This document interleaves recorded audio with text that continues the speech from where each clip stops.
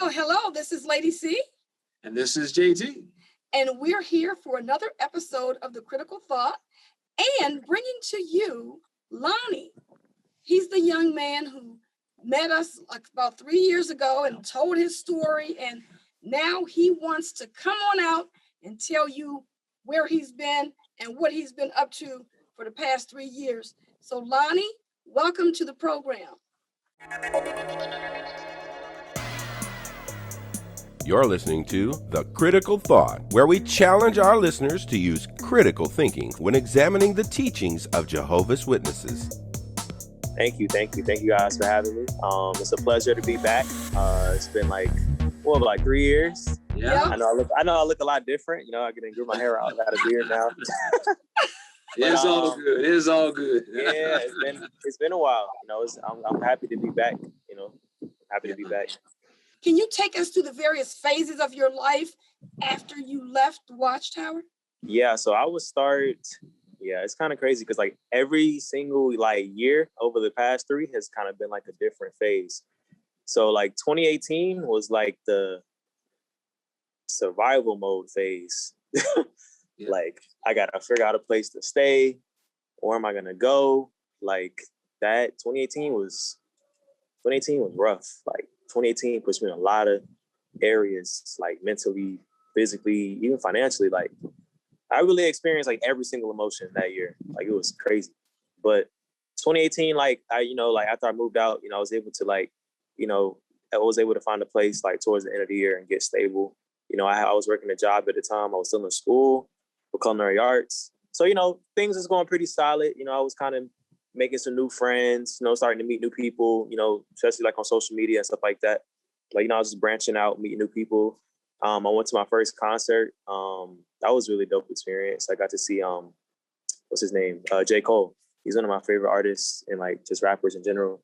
So, I just started experiencing different things I never did before. So that was like really, really great. So one of the things that I really realized in 2019 is just like the importance of, really building new relationships and really like finding new friends. Cause, the religion really makes it seem like when you leave, like everybody that you're cool with or you're friends with is just like, they're no longer going to rock with you. And they make you feel like if you go out into the world, you're not going to make any friends or it's going to be hard because, you're different. But to be honest, like one of the greatest things I realized is that the people in the world are just regular people. Like they have all types of interests, you know what I'm saying? Whether they're religious or not, or, whatever they believe in, whatever their sexual orientation is, like people are just people. And that's what I realized. Like I'm naturally a people person. I love to talk. I'm a conversationalist. But the biggest thing I learned is like, you got to make new friends. Like you got to be willing to just put yourself out there. Like I would go to poetry slams. I would go to concerts. Like, you know what I'm saying? I would go downtown and just talk to people. I go to the park, play basketball, like, just being social. And like, I'm not going to lie, like it wasn't always easy because sometimes, I used to feel like, man, like, well, how can I relate to these people? Because sometimes it does come up literally in like all of my friendships of like, so, what's going on with your family? Or like, what was your old friends? Or like, a lot of people may not necessarily know the backstory to my life. So, that does play a role. But at the same time, I've noticed that most people don't really care. They're like, well, if you're a genuine person, and you care about them and y'all share a similar interest, like most people are not that extremely judgmental of you, and that's like one of the biggest things that I realized. And it's crazy. Like a lot of my friends now, like they've supported me like family, like complete strangers that I've met from the internet. I've met from like Twitter and Instagram and YouTube, like some of my closest friends to this day. All of my old friends, no shade to them, all love to them. But like when I was Jehovah Witness, like I don't talk to any of them anymore. Like it's crazy. Like some of them have like, came back into my life or, at least attempted to, but it's just a difference, but that's what I realized. Like in 2019, you can't really be afraid to put yourself out there and go meet new people. Like there's 7 billion people on this earth, 7 billion people. And it's crazy because I've met people who've gone through the same thing I've gone through. I've met other people that like grew up in a religion. They moved out, they're like around my age and they asking me for advice. They're looking at me like, yo, Lonnie, I seen that you went through this, and this, you connect. So it's just, you just can't be afraid. Like the religion is built on fear. And like, they really want you to make you feel like if you're not a part of this, then you're missing out. You know what I'm saying? But yeah, 2019 taught me a lot. I would definitely say 2020 was probably like one of the biggest shifts in my life, because last year, you know, I remember at the beginning of the year, I was actually looking for another job. I was kind of working at some restaurants. I bounced around. I was working at a catering company, and I was looking for something different. And I was started working at Amazon at the time. I was driving for Amazon, and you know, it was a cool job, you know. And then around that time, I actually started, you know, I started a business with one of my best friends, my mentors, and then I actually learned about investing and like learning how to, like, you know, make your money work for you instead of working so hard for your money. So 2020 like taught me a lot about like business and finance, and then that's when I really started locking in on my entrepreneurial like ventures and stuff like that. And I got to travel a lot. You know, I went on my first like plane last year. I went to LA like with one of my best friends, and like for a week. And I was just major because like growing up, I'd never been on a plane, not because we couldn't go on a plane, but it was 5 of us. So, you know, my parents paying for a plane ticket with 5 people was kind of pricey. We went on cruises, but we wasn't like, you know, we did cruises and road trips, but I never been on a plane. So that was like amazing to see that. And, you know, I had a lot of great experiences, you know what I'm saying? Like just doing like pop-up events in the city and just like, you know, growing my businesses and just like cooking for people, just a lot of different stuff, starting a podcast. You know, I have a podcast as well. Like I just started tapping into like all of my different creative ventures last year. And then fast forward into this year, like it's just been building on top of that, you know, and just networking, meeting new people and just like learning, like reading books. You know, I'm a really like studious person too. I read a lot of books and everything. And I just been like learning about, you know, my mind, learn how the brain works, like just learning how powerful we are as people. You know, a lot of us, we kind of stop learning after we go to school or college. Like I'm always learning and researching things. And I think when you get out into the world, like you got to realize like there's a lot that you can learn. Like it's so crazy because even sometimes I feel like a late bloomer. Like I have friends of mine like, yeah, I already knew about that, bro. Like I was learning about that 2-3 years ago. I'm like, this is new to me because you got to keep in mind how I grew up. Like we was like in a box. Like you couldn't read about certain things or you couldn't, you know, learn about certain things or go certain places because, you know, they like, nah, you can't do that. But it's just like these past 3 years have like really like shown me the importance of just experiencing new things and like just get out your comfort zone. Like that's where the biggest growth is gonna happen. If you just stay where you're comfortable with the people that you know in your whole life, like you're not gonna really like grow too much, you know? And that goes for anybody that's any age, you know, like I've seen it, like whether you 20, 23, 24, 40, 50, 60, like it doesn't matter how old you are, like the mind is a very, very powerful thing. And like they say, once your mind expands to a certain level, it can't really shrink back, you know? So now that I've been exposed and I've been able to see like different things in the world, like how could I ever go back to like being in a box as a Jehovah Witness? Yeah. As they say, once you taste freedom, you don't want to go back. You don't want to. Yeah, you can't. And that's really the bottom line. You know, you can read things before and see. The thing is, you can read something that you don't even agree with. You can literally read a book and say, that sounds good, but I don't agree.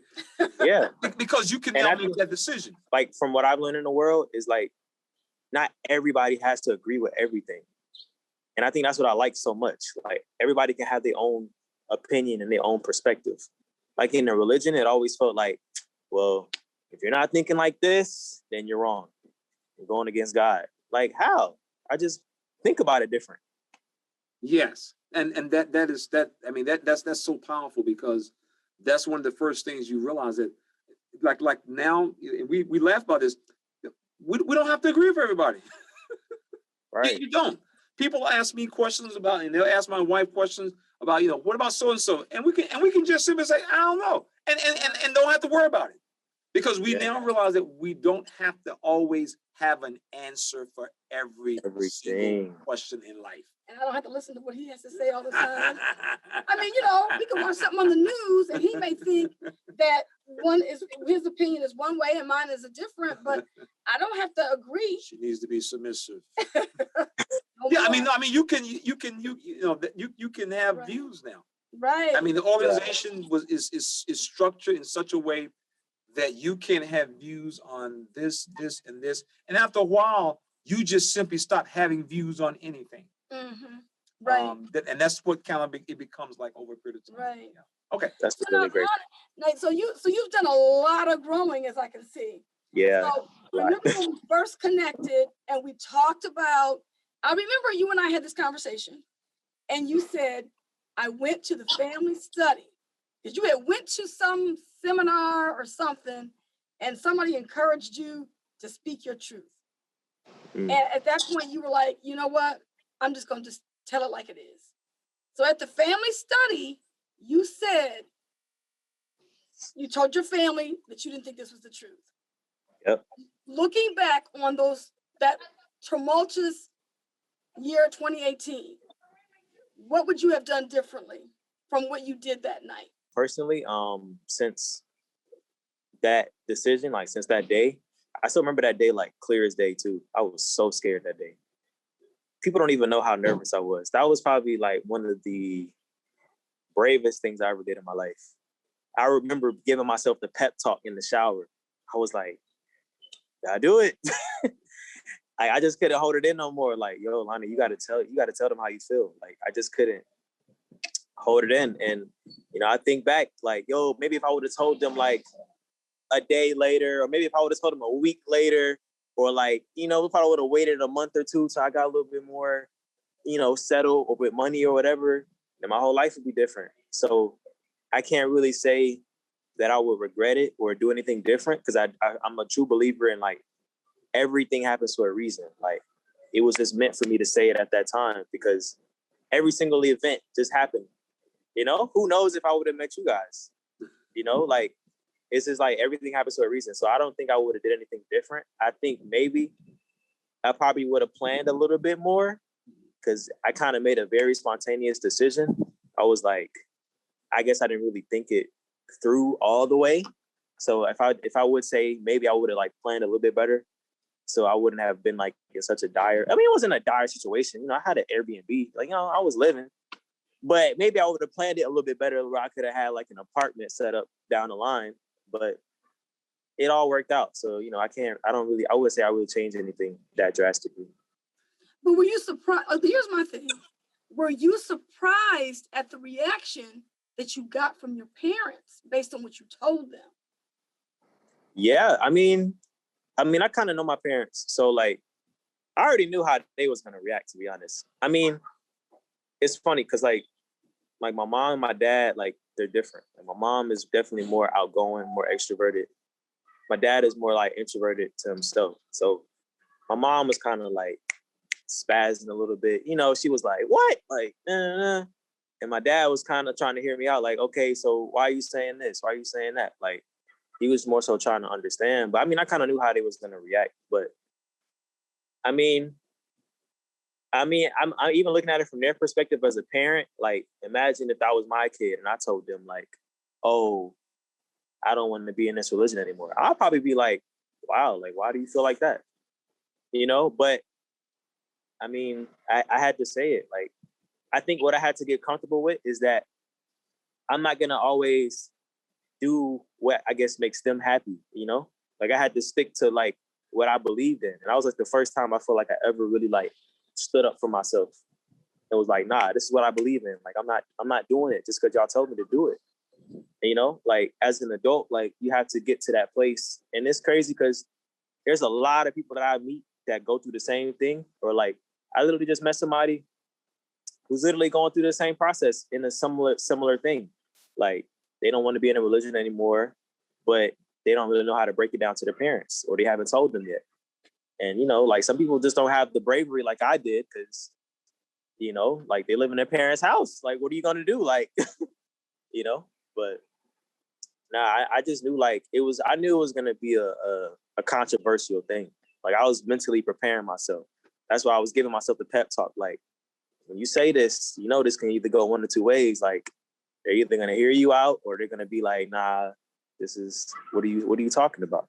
So yeah, that's very true. I guess I really wasn't that surprised. Yeah, that's very true. And that's kind of what we have been trying to do on our show lately, is that people, it's not that people would not have done what they did. It's just now, as they look back at it, they see a different angle or a different way in which they could have approached it and got the same thing done. You see, our goal is to do exactly in reverse to what the Watchtower does. See, the Watchtower prepares its people for the day that you come to them talking about this is not the truth. They're prepared. I mean, they know exactly how to respond. That's why in most cases, they respond almost like clockwork, almost straight out what the magazine said they would do. It's interesting you said about your mom. If you remember, I don't know if you had a chance to see it or not, but the Watchtower had a video about disfellowshipping and their children. And it showed how that the mom was the one who was willing to soften the blow. Was the father, I'm staying strong, I'm staying strong. Whereas the mom did. So when they did this video, when they put this video together, they knew exactly that if anybody's gonna probably lighten up, it might be the woman or the mother.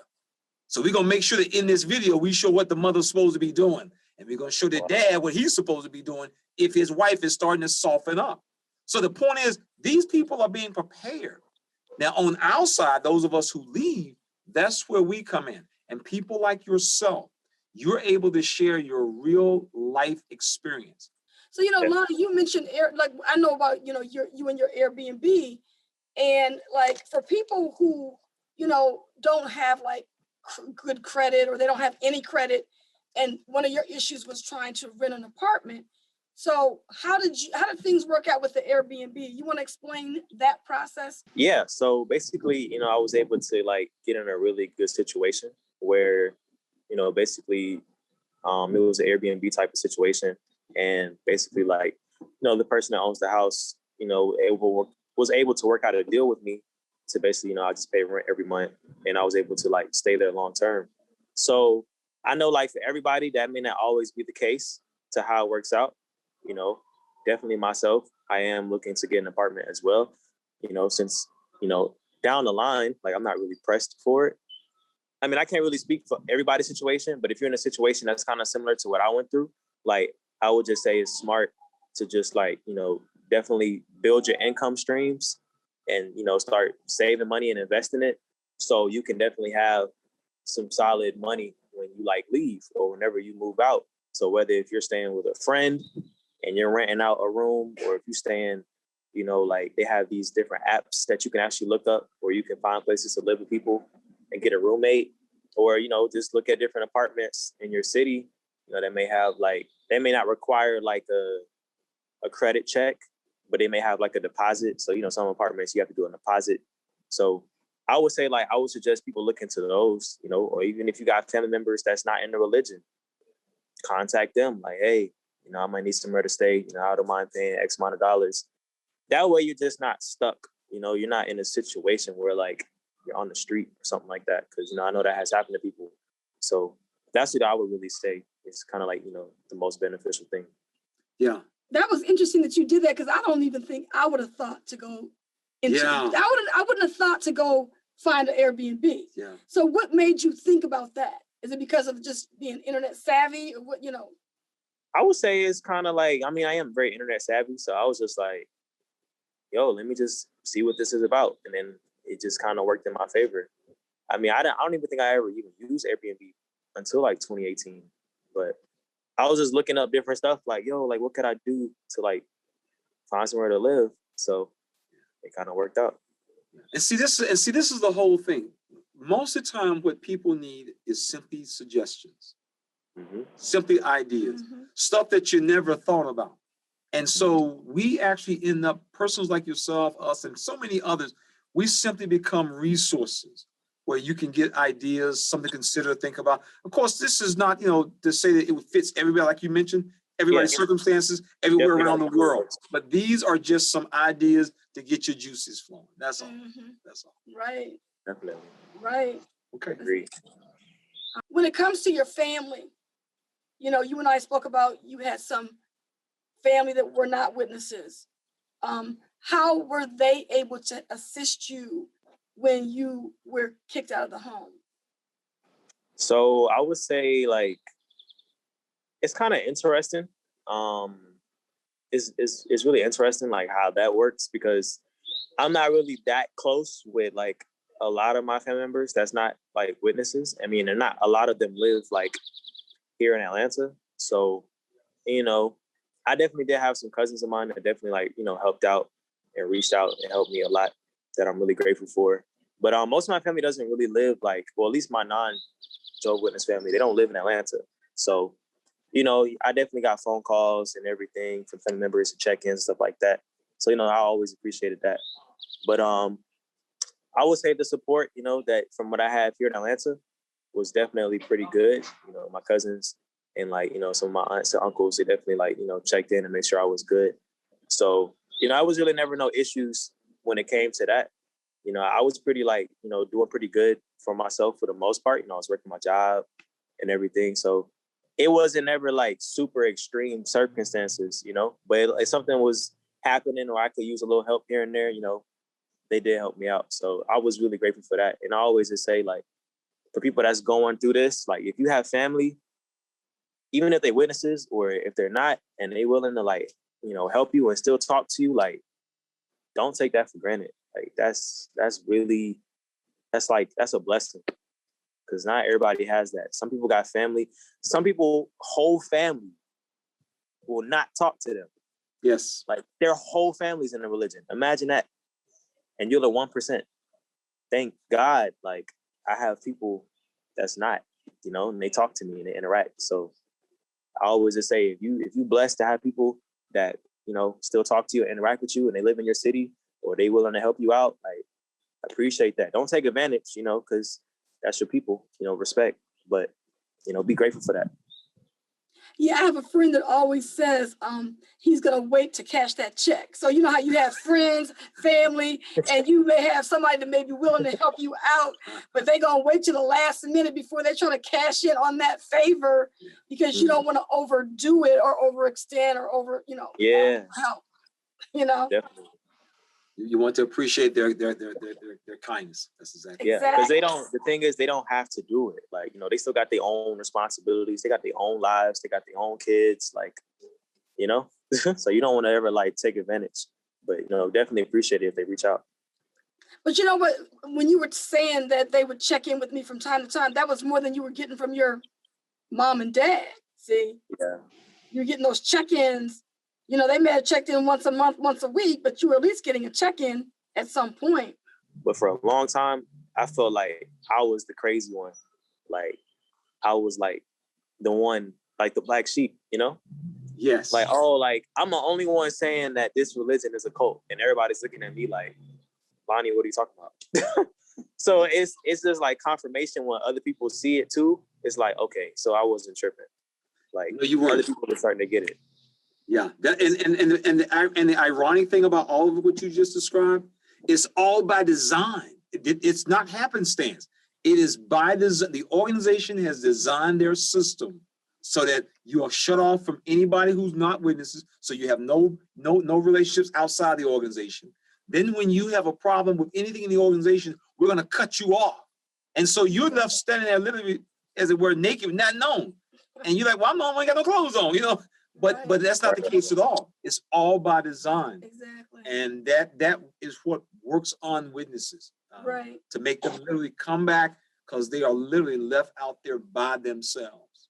Right. Exactly. So Lonnie, what have you had any contact with your family since you've been, you know, since you left home?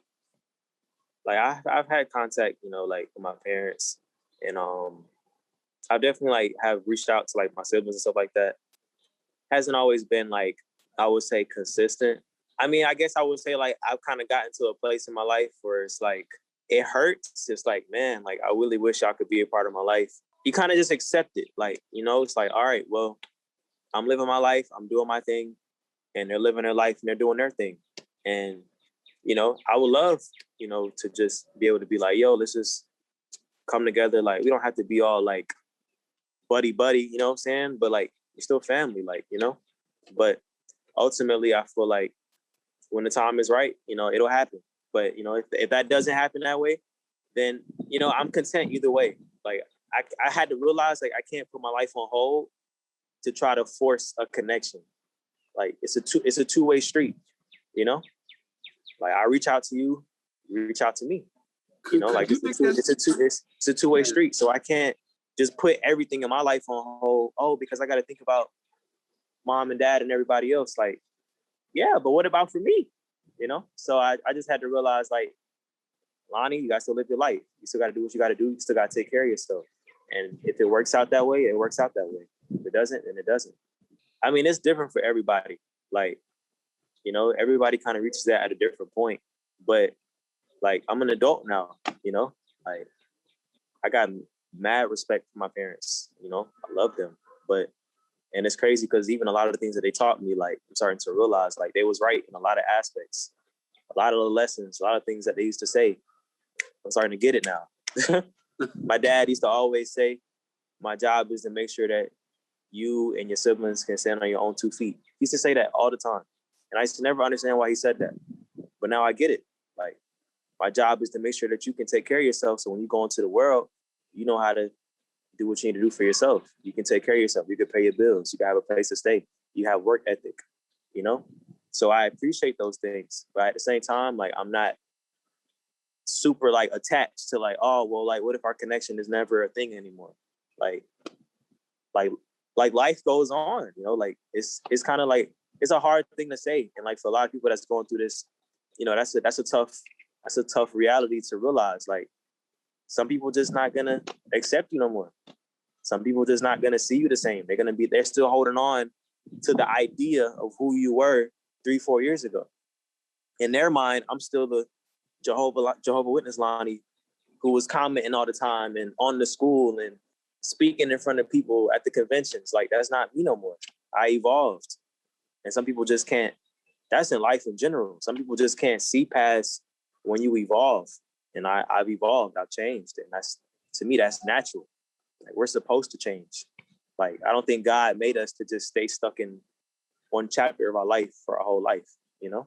So you kind of just got to accept it at one point. And it's crazy because it's like, once you accept it, then you kind of just feel like there's weight lifted off your shoulders, you know? Like, I'm doing my best. That's it. Like, I go to sleep at night and I'm like, I'm doing my best. That's all you can really do. You can't control what everybody else is doing outside of you. Excellent point. That's great. Point. Yeah. That is excellent. I even see a difference in you. I mean, you were always that person that was like, I'm going to make it. I know I'm going to make it, you know? And I saw that in you. And I said, Lonnie is a 1 in a million. Don't try this at home.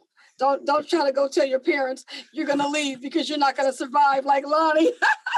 Because I saw that in you, you know. I mean, that you remind me of myself a lot, because every time my mom would say I couldn't do something, I would. And so I remember buying my first car, and my dad said I was going to get a stick shift, a 5-speed. And my mom goes, oh, no, there's no way she could drive that. Do you know what I drove? I chose that car. I chose that car, and I drove it for 9 years. But they were, every time somebody told me I couldn't do something, I'm the same way. I'm the same way. I'm like, oh, you think I can't do it? All right, watch. But it's funny because, like, it starts off like that, but then I've even noticed in myself, over time, it's not even about proving it to everybody else. It starts becoming like proving it to yourself. Because like when I first left, it was like, at first I had a chip on my shoulder, like, oh, I'm gonna show them, like, I'm gonna be the most successful. I'm gonna do this. Y'all gonna see. But now it's like, nah, like, I had to prove it to myself first. Like, I had to believe in myself that, oh, I could really make a life-changing decision and still bounce back. You know, after a while, it's not about everybody else, because, you know, if you're always looking for everybody else to validate you, then it's not gonna ever be enough. Eventually, you got to validate yourself and be like, you know what? I'm good enough, regardless if my parents or my friends or whoever think I am. Because that's the thing about it. Everybody's going to always have an opinion of you. Everybody is going to have an opinion. Some people going to like you. Some people going to hate you. Some people going to think you the worst person. You changed. You switched up. Like, that's life. Everybody's going to always have a different perspective of who you are. So you can't let that determine how you make decisions all the time. because you'll never like do anything that you really want to do. Because you're always like, well, what if my mom says this? Or what if like, it doesn't mean that you shouldn't listen to people, but it's more so like, well, when do you get to the point where you trust yourself? You know? But I definitely like relate to that. Like people tell me I can't do something, I'm like, oh nah, I'm gonna go 10 times harder just because you said I couldn't do it.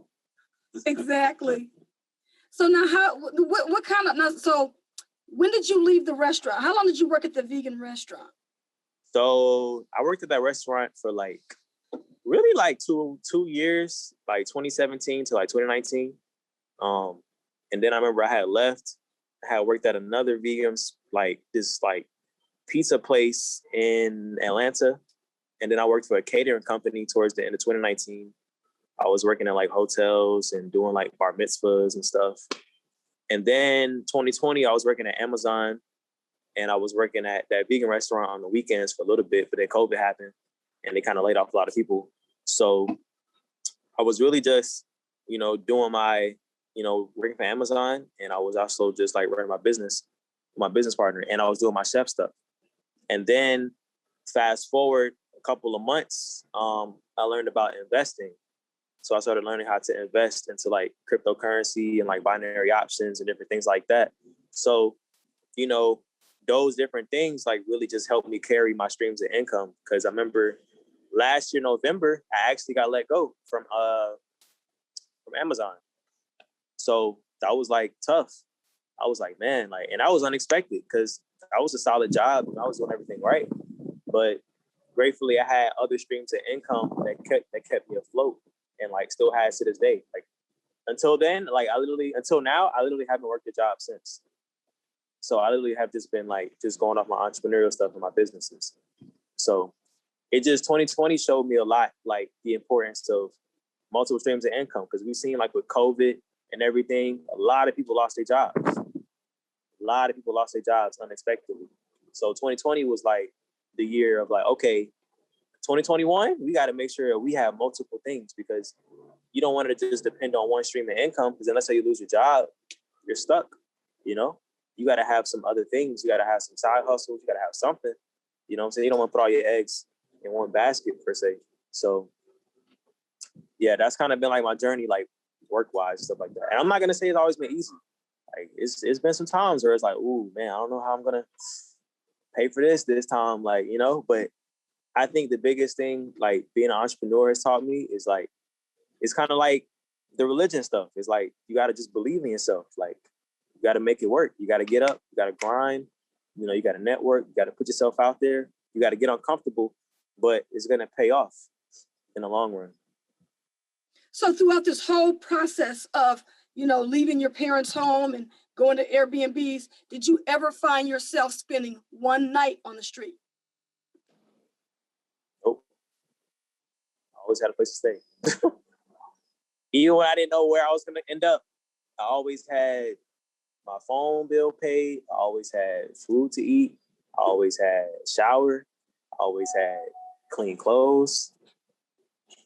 So that's just God. I can't even take all the credit. I'm a big believer in like, when you just like do good things and you just put like good out into the universe, like it comes back. So like people will reach out and help you out in ways that you sometimes don't even expect it. Like, So I'm a big believer in that. So then what kind of advice would you give to a young person that's 16, 17 years old, living at home and realizing this ain't the truth? Would you recommend, what would you say to them, knowing what you know now and knowing that they might not be like you? That's a really great question. Wow, that's a great question. I would definitely say you got to really trust your intuition. Like you said, everybody's not built like me. Everybody's not Lonnie, but everybody has intuition in them. So, everybody has some sense of like inner guidance.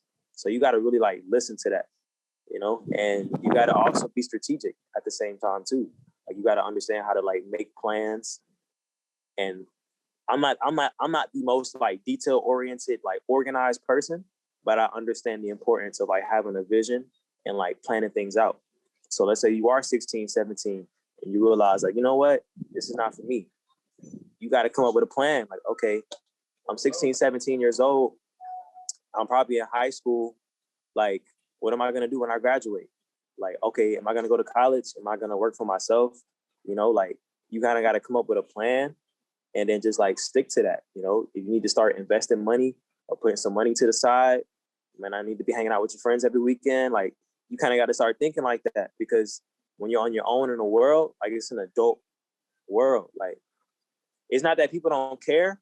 Like, people, it's some genuine people that really care about you, but like, in the real world, like, you really kind of on your own, you know, like, not everybody's going to necessarily always be so willing to help you with certain stuff. So you kind of got to be strategic and have a plan and just like trust that it's going to work.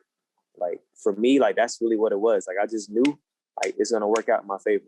Like, I'm going to get this job.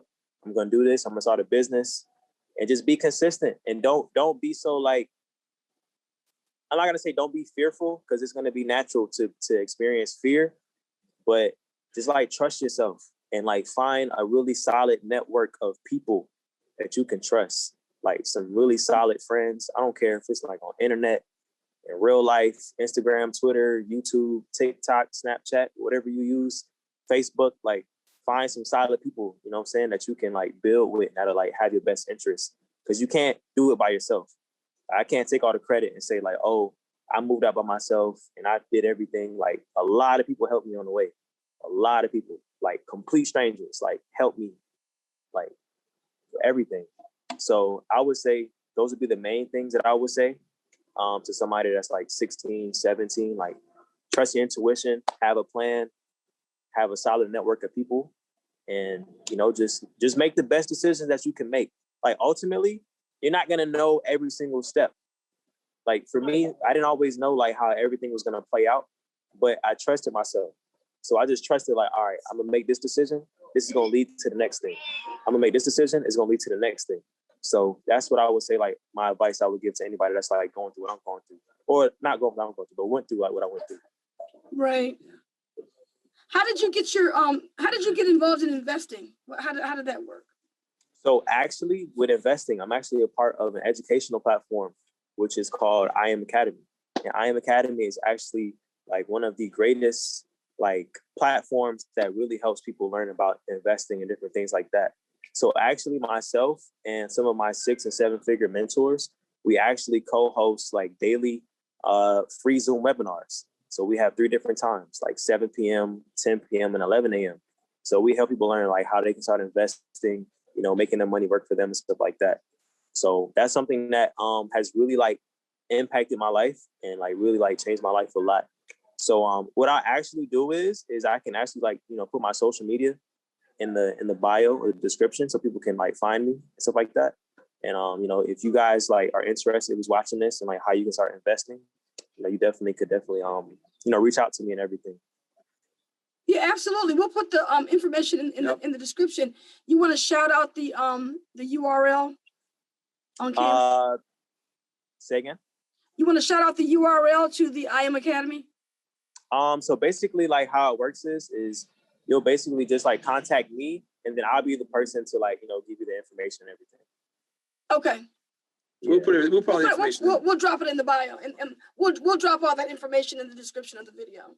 Perfect. Yeah. That works. Perfect. Right. And what else are you doing? Because you said you had your own vegan. Yeah. So I'm actually a vegan chef in Atlanta, Georgia. So I have my own vegan chef business that I've been working on. I have like meal prep services. I have private chef services, and I teach Zoom cooking classes. So I've been doing that for the past like year. 2020 is when I really got locked in with that. So that's when, you know, that's something I'm really passionate about. Like, I really love like food. I love cooking and baking. I just want people to like learn how they can eat healthier and just understand there's different alternatives. You know, I know everybody's not going to go vegan, but I just want people to see like, you know, you don't necessarily got to eat meat and dairy all the time. Like, you know, there's different options, you know? So, yeah. Well, I need to get into that Zoom cooking class of yours. Yeah, those are really fun. Like, they're like really interactive. I actually got to start doing them again. I kind of haven't done them like as consistently because I've been busy. But no, the cooking classes are really fun. Everybody loves those. If you like to eat, then you need to like to be able to cook. That's right. That's right. Nice. Yeah, so thank you so much, Lonnie, for coming out and sharing all those encouraging, motivational words of wisdom for our audience, and updating us on what you've been up to. You've been doing a lot. Yeah. It's just like one thing I realized is just like I'm young, like 23. Like this is the time to go get it, like put in the work, like this is the time, like plant the seeds now. So when I'm like 30, 40, I can look back and be like, you know what? Like I did something for myself, I don't want to have regrets. That's like my biggest thing. Like I don't want to be like, man, I wish I would have did this when I was younger. I wish I would have I want to just do it now. Like, Yeah, that's true. And something, even though your parents are no longer, speaking to you like on a regular basis, like you had that relationship with them before, it's a sad thing that as they get older, they may have to reach back for you to help them out in their older age, when the end of the world doesn't come. Yeah. It's kind of a sad reality. That's what we're kind of starting to see now. We're starting to see a lot of people who, they left the organization 10, 15, 20 years ago, parents, nothing to do with them. And now they're parents. Because remember, the organization has no charity. See, a lot of churches, they build like senior citizen home right next to the church. 300 members can live over there. Right. But Kingdom Hall, man, when you no longer can move the products for the Watchtower, you're no longer any good. And that's why you and I know, and we've seen it. We stop by to see Sister O only when we're in the territory. Don't Sister O live over there? Let's stop by. We use the bathroom, get some water or something. That's the only time we stop by. That's crazy. It's sad, but that's just reality. She's been faithful for 100 years, man. And so you're right. So hang in there, man. It's good. Like I said, it's definitely good to hear from you. And we think. Right. Go ahead. I'm sorry. Yeah, it's definitely good to hear from you. And we believe that, this little update of what's going on in your life is a positive input, is a positive thing that we can share with people. It really is. Definitely. Yeah, I would just say this, like just some last words, this encouragement to people. Like it's not like I've learned a lot in my past couple of years, and I learned a lot about just the power of I'm a really big believer in the power of the mind and just the power of words. Like you gotta really speak your life into existence. Like the Bible says. What did it say? Death and life and death is lies in the tongue, the power of the tongue. It's a scripture like that. And that is very true. Like a lot of the things that I'm doing in my life, I said I would do it. I spoke it. I am going to be a successful vegan chef. I am going to make 6 figures. You have to condition yourself the same way the religion conditions you to believe in this, and this, or to believe in whatever. It's the same way you got to unlearn certain things, and you got to reprogram yourself. And I just want to say that that's one thing I've learned a lot. Be careful with how you use your words and how you speak on yourself. Don't call yourself oh, I'm stupid, or I'm crazy, or I can't figure this out, or I'm not good enough. You'd be surprised. We say those things to ourselves sometimes, but you say something long enough, you're gonna believe it. So you got to be careful, what you feed into your mind and who you surround yourself with. Because it's literally gonna become you. Everything in my life is a result of what I believe and what I think and what I say, and then that translates into your actions. So I just give those words of encouragement of believe in yourself. You can do anything you put your mind to. If you don't take nothing away from this whole interview, you can do anything you put your mind to. You just gotta believe in it and put the work in. And God, universe, whatever you believe in, it'll work with you. I agree. Excellent point. Definitely. Yeah, I agree with that. Well, Lonnie, I tell you, man, thanks for giving us the time this evening. And we look forward to putting this out so that people can hear and see that they can do the same thing that you are doing, the same thing we're doing, and so many other people who have simply made a decision. We're going to move on with our lives, and we're going to do it. And that's really the bottom line. And once again, this has been JT. And this has been Lady C. And thank you for tuning in to another episode of The Critical Thought. Hey, this is Lady C. Thank you for tuning in to The Critical Thought. We appreciate having you in our audience. Not only that, but we invite you to subscribe to our channel and be sure to hit that bell so that you can receive notifications when we upload new content. Be sure to follow us on Facebook and Twitter and give us a thumbs up if you like this video. Thank you for being in our audience. This program was sponsored by Critical Thinkers.